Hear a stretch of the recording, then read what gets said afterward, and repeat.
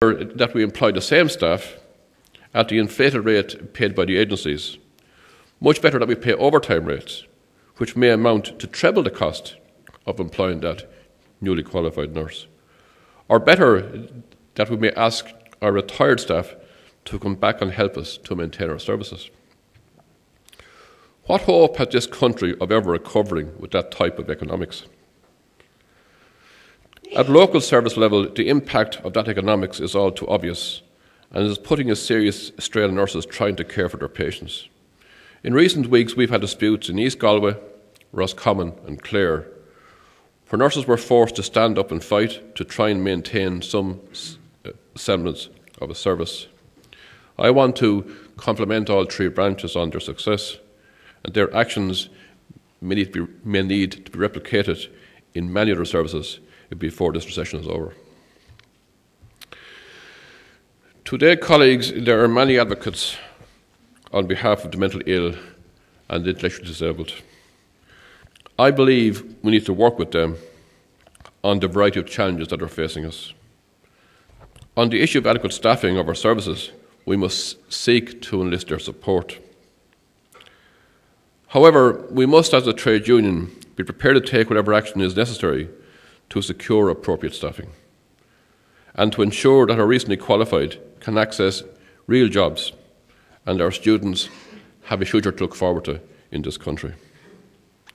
At the same time as we are struggling to provide care to our clients and patients, our government is bailing out the banks and the rich investors who drove the country to the point of bankruptcy. Nurses who were under so much pressure in trying to deliver services, who were shocked by the callous disregard shown to them and their patients, who were constantly told that there was no money and that services had to be cut. And then they see our government pouring billions into broken banks like Anglo-Irish and Nationwide. It is an extraordinary form of Irish capitalism. Investors and bondholders made huge profits in the good times, and in recession, we, the Irish taxpayer, must bail them out.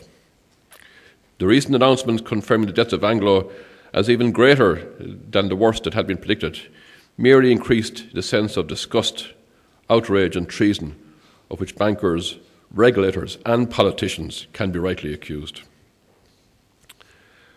Colleagues, the mass delusional state led by Lord Bertie, High King of the failed Fine, and fostered and encouraged by leaders of banking, building and development, will surely be defined in future textbooks as a cult populated by deluded followers.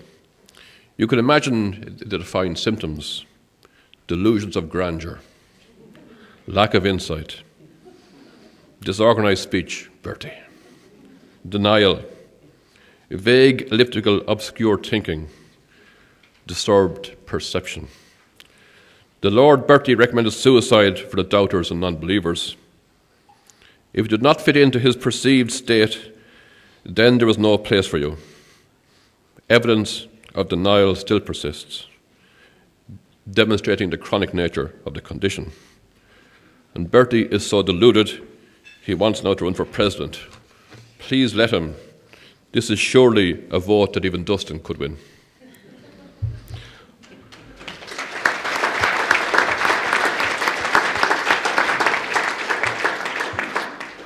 Unfortunately, it is of little reassurance to those poor mortals depending on the mental health services to know there are others with even more challenging conditions.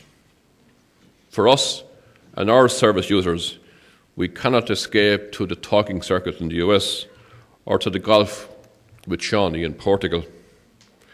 We are left to try and make the best of poorly staffed, poorly resourced services on which so many depend. Unlike the Lord Bertie, our patients cannot escape the horrors of a neglected service, nor will they find followers who will share their folly, nor a country to fund a palatial retirement. Colleagues, the attack on frontline public service workers over the last year was incredible in its presentation and frightening in how it attracted support in certain areas. We are entitled to expect that as frontline workers we will be respected for the work we do, the hours we work, the sacrifices we make, and the commitments we give to the community in times of individual and social crisis. Today, I want to acknowledge the work of all members of the 24/7 Frontline Alliance in defence of our frontline staff. When I first wrote to each of these unions in August 2009, I hoped for a positive commitment. However, the campaign which emerged defied all expectations. Every organisation realised the extent of the threat, the unfairness of the attack on workers who were on duty across the entire year: Christmas, New Year, Easter, bank holidays, and days when others are enjoying or relaxing with family or socialising with friends, enjoying the racing, the rugby, the GAA or whatever. Despite the negative and scornful coverage provided by some media outlets, I believe we attracted the support of the public. And government clearly decided not to take us on. However, we cannot rest on our laurels. The threat remains. In relation to that threat, I want to be clear. Let there be no doubt but that nurses, Gardaí, prison officers, firefighters, ambulance personnel and the many other frontline staff will not tolerate scapegoating by anyone. We will meet any challenge in the same way as we are there for the community at times of crisis and at times of emergency. Colin McCarthy and his supporters can be assured we will be there to stand and fight for what we are entitled to.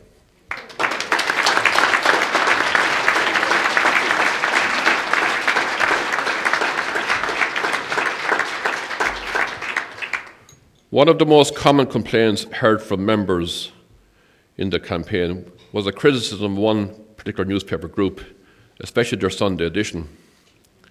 I believe the independence of the press is essential, and government control of the press in some totalitarian states is an affront to the standards of our citizens, to the freedom we hold dear.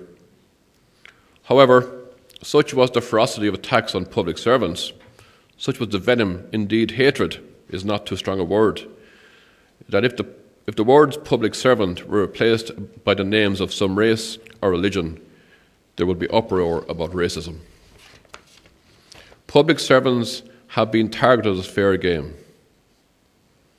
Yet, public servants did not rob the banks, did not run the Celtic Tiger into the ground, and will not be putting loans into NAMA. Yet, public servants are targeted as lazy good-for-nothings with Rolls-Royce pensions. And this, of course, was the line taken by IBEC when trying to deflect attention from their biggest backers, the banks. Some sections of the press bought this line hook, line and sinker with gusto and with fervour. Many members of trade unions called for a campaign to boycott those newspapers. However, that smacks of a form of censorship. Each individual is entitled to exercise their own personal judgment on what papers they purchase. We can empathise with the annoyance and anger of members. However, no matter how angry we are, we must not let our standards drop to their level. We would fight for press freedom. We must not be drawn to the dark side. It is not unreasonable for people to disagree with us, and journalists are entitled to form an objective view. However, a newspaper without balance, or in this case a newspaper with a vindictive, prejudice and contrived view of one section of society, is not just inappropriate, but offends the very standards the press so proudly proclaimed to uphold. I say again, we need a free press. I say again, we as citizens would fight for the freedom of the press. But the press in turn have an obligation to truth, to decency and to high standards. Sometimes it doesn't feel like that.